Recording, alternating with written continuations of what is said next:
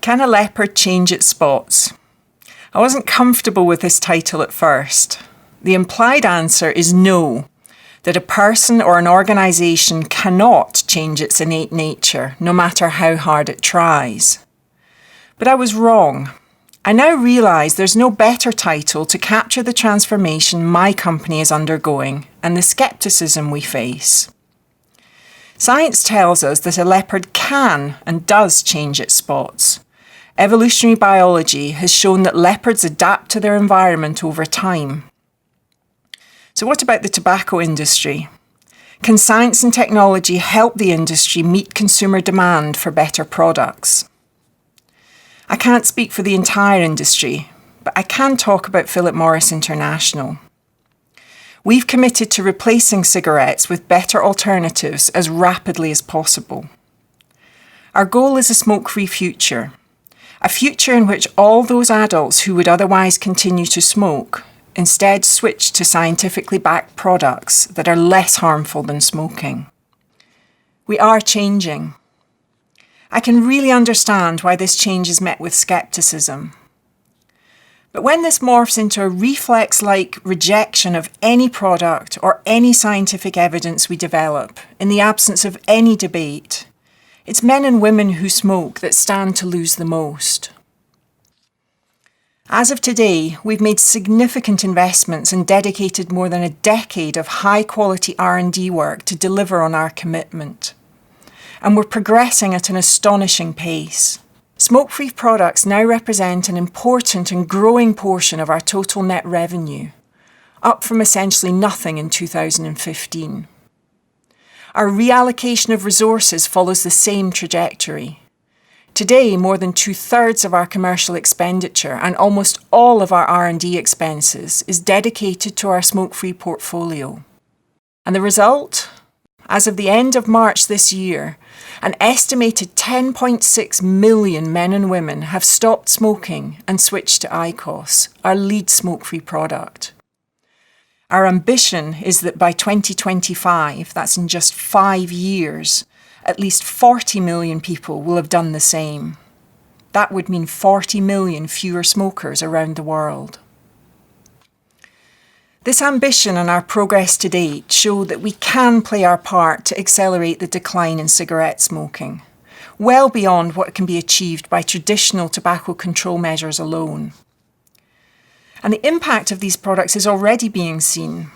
A study by researchers working for the American Cancer Society concluded that the rapid decline in cigarette sales seen recently in Japan is most likely due to the introduction of IQOS.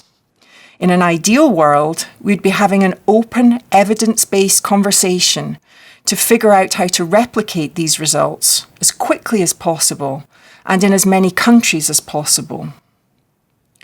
Astonishingly, back in the real world, we're far from this. Many public health advocates and organisations seem completely unwilling to objectively assess the opportunity that smoke-free products like IQOS present. Why? Because these solutions are coming from the industry.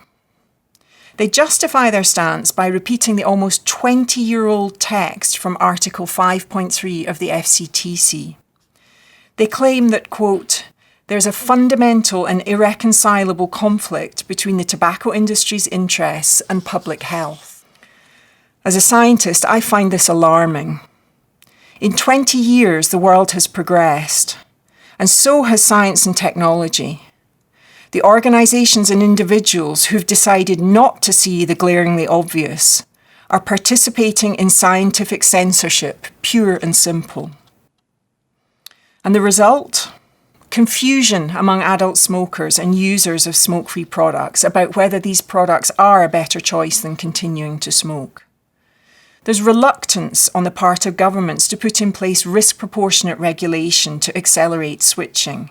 And in some places, outright product bans, denying adult smokers access to these better alternatives, meaning that most will simply continue to smoke. All of this is at odds with the scientific evidence, including numerous independent studies, which show that smoke-free products have the potential to positively impact the health trajectory of existing adult smokers.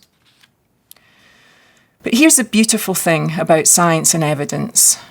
Eventually, it becomes impossible to ignore. While there's no long-term disease evidence today, we're studying the first positive indicators that are starting to show in Japan. We're seeing promising data that shows a sequential relationship between the introduction of heated tobacco products in the country and a decline in the most common smoking-related diseases.